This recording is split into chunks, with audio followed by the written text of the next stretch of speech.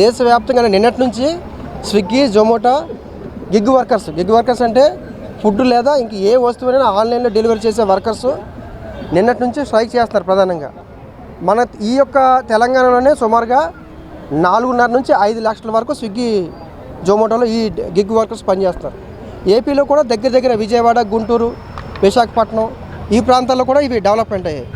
So ఇక్కడ ప్రధాన అంశం ఏంటంటే వీళ్ళకి ఏవైతే 10 నిమిషాల్లో డెలివరీ చేయాలని చెప్పి ఒక కండిషన్ తీసుకొచ్చారు కొత్తగా. ఇది దేశవ్యాప్తంగా ఈ ఒక రాష్ట్రానికి కాదు, మొత్తం దేశవ్యాప్తంగా స్ట్రైక్ చేస్తున్నారు. లాక్డౌన్లో కూడా ఈ అంశం మీద స్ట్రైక్ చేస్తే నన్ను పిలిచారు, నాగరాజు గారిని పిలిపించానని చెప్పి నేను వెళ్ళాను, వాళ్ళతో మాట్లాడాను. స్ట్రైక్ కంటిన్యూస్ చేసే మూమెంట్లో గవర్నమెంట్ వాళ్ళకి కొంత భరోసా ఇవ్వడం వల్ల ఆగిపోయారు తాత్కాలికంగా. సో ఈ అంశం ప్రధానంగా చెప్పాలంటే వీళ్ళకి కనీసం ఏ రకమైన బెనిఫిట్స్ లేవు. అంటే హెల్త్ ఇన్సూరెన్స్ లేవు, ఈఎస్ఐ కార్డులు లాంటివి లేవు, పిఎఫ్ లేదు. వీళ్ళు మేనేజ్మెంట్ ఏం చెప్తున్నారంటే వాళ్ళు ఓన్లీ పార్ట్నర్స్ అని చెప్తున్నారు. అంటే స్విగ్గీ పార్ట్నర్స్ అంటే ఈ లేబర్ యాక్ట్లో పార్ట్నర్ అంటే అతను వాటాదారుడు అవుతాడు, ఎంప్లాయ్ కాదు, వర్కర్ కాదు. సో ఎప్పుడైతే పార్ట్నర్షిప్ పెట్టారో పార్ట్నర్ అంటే అతనికి ఏ రకమైన బెనిఫిట్స్ రావు, లాభం మాత్రమే. ఆ డెలివరీకి ఎంతైతే చేస్తారో ఆ లాభం మాత్రమే, ఆ 30 రూపాయలు 40 రూపాయలు ఆయనకి ఇస్తారు. సో మొన్న విశాఖపట్నంలో జరిగిన ఒక 6 months బ్యాక్ కూడా మీరు చూసారు, 12 ఫ్లోర్లు దాటి వెళ్తే అతని మీద దాడి చేశారు, పంపించారండి. సో వీళ్ళకి చట్ట ప్రకారమైన శ్వాసలో సంబంధించిన ఏ రకమైన బెనిఫిట్స్ వీళ్ళకి లేవు. సో పెట్రోల్ ధర పెరుగుతుంది, వీళ్ళకేమో 10 నిమిషాల్లో డెలివరీ చేయమనే ఆర్డర్లు ఉన్నాయి. సో గతంలో ఈ గిగ్ వర్కర్స్ సంబంధించిన కంపెనీలు 3-4 ఉండేవి, స్విగ్గీ, జొమాటో, ఇంకా జొంజో ఏదో ఉండేది. ఇప్పుడు ఇంకా పెరిగాయి. ఈ మార్కెట్లో కాంపిటీషన్ పెరగడం వల్ల ఏమవుతుందంటే వీళ్ళు ఎవరైతే వేగంగా డెలివరీ చేస్తారో ఆ కంపెనీని ఎవరైతే కస్టమర్లు బుక్ చేసుకున్నారు. కాబట్టి ఈ స్విగ్గీ, జొమాటో వాళ్ళు కూడా 10 నిమిషాల్లో డెలివరీ చేయాలని ఒక కండిషన్ తీసుకొచ్చారు. ఆ కండిషన్ వల్ల 10 నిమిషాల్లో ఒక పర్సన్ వెళ్ళి ఒక ఫుడ్ డెలివరీ చేయాలంటే అది ప్రాక్టికల్గా సాధ్యం కాదు. అందుకే నేను గతంలో కూడా చెప్పాను, మీకు ఇలాగే మీకు టైమింగ్ ప్రకారం కావాలంటే రోబోలు పెట్టుకుంటే రోబో సినిమా చూసారు కదా, కార్లు, బైకులు దాటి వెళ్ళిపోతారు అన్నమాట. అంటే యాక్సిడెంట్ అయినా మీకేం ప్రాబ్లం లేదు, యాక్సిడెంట్ అయినా రోబోని మళ్ళీ ఆఫీసులో తీసుకొచ్చి మీరు రిపేర్ చేసుకోవచ్చు. మనుషులు 10 నిమిషాలు డెలివరీ చేసే క్రమంలో యాక్సిడెంట్ అవ్వచ్చు, బండి పంచర్ అవ్వచ్చు.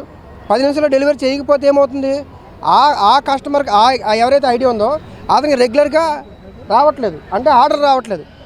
800 నుంచి 1200 రూపాయలు రోజు సంపాదించుకున్నారు. అందులో 400-350 రూపాయలు పెట్రోల్కే పోతుంది. వీళ్ళకి ఏ రకమైన హెల్త్ ఇన్సూరెన్స్ లేవు, ఏ ప్రమాదం జరిగినా లేదు, ఏమీ లేదు. గవర్నమెంట్ తరపు నుంచి కూడా ఏమీ లేదు. వీళ్ళని సోషల్ వెల్ఫేర్ వర్కర్స్గా గుర్తించాలని ఒక డిమాండ్ ఉంది. అంటే వీళ్ళు కూడా పబ్లిక్ కోసమే ఈ యొక్క అంటే ఇవన్నీ కూడా ట్యాక్స్ అన్నీ కూడా గవర్నమెంట్కి వెళ్తున్నాయి. సో గవర్నమెంట్ అయినా వీళ్ళ కోసం ఆలోచించాలి, లేదా ఈ సంస్థలు వీళ్ళ కోసం ఆలోచించాలి. ఎలాగా ఈ సంస్థలు వీళ్ళ కోసం ఆలోచించే అవకాశాలు లేవు. కాబట్టి మీరు 10 నిమిషాల కండిషన్ పెట్టి వాళ్ళకి ఇచ్చే పార్ట్నర్షిప్తో పేరుతోటి ఇంత మోసం చేస్తున్నారు. Part time job Swiggy, Zomato అంటున్నారు. ఎక్కడ పార్ట్ టైం జాబ్? 12 గంటలు పని చేస్తున్నారు. వాళ్ళకి 1200 రూపాయలు 1100 రూపాయలు రావాలంటే 12 గంటలు డ్యూటీ చేస్తున్నారు. 12 గంటలు డ్యూటీ చేసే పార్ట్ టైం డ్యూటీ అంటే ఎవరు నమ్ముతారు అది? సో వాళ్ళకి చాలా తీవ్రంగా ఈ రోజు నుంచి కాదు, గత లాక్డౌన్ నుంచి ఈ వివాదం కొనసాగుతుంది. ఇంకా ఎంప్లాయ్మెంట్ గవర్నమెంట్ జాబ్కి ప్రిపేర్ అయిన వాళ్ళు కూడా ఈ స్విగ్గీ, జొమాటోలో పనిచేస్తున్నారు. కొంతమంది రెగ్యులర్గా వేరే దగ్గర పనిచేసిన వాళ్ళు కూడా ఈ స్విగ్గీ, జొమాటోలో పనిచేస్తున్నారు.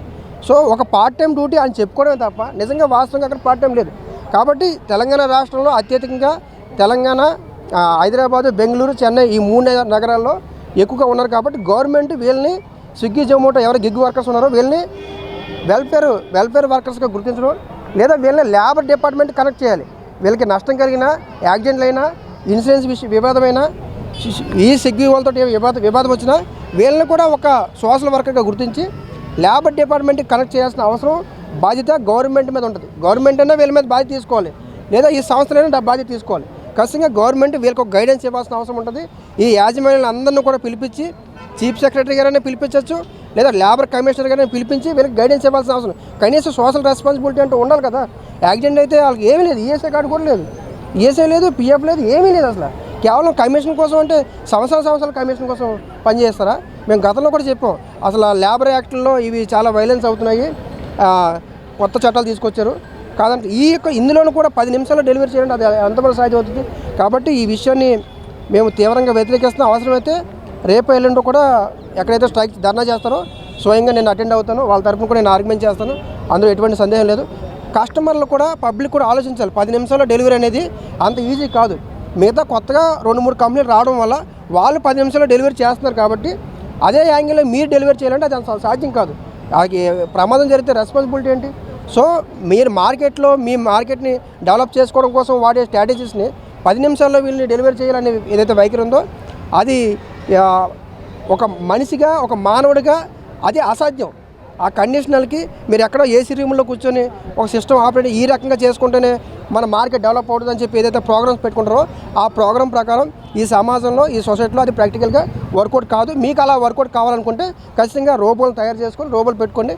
రోబోలకి యాక్సిడెంట్ అయినా ఏమైనా ఏ ప్రాబ్లం ఉండదు కాబట్టి రోబోలు తెచ్చుకొని కోరుతున్నాం. Thank you.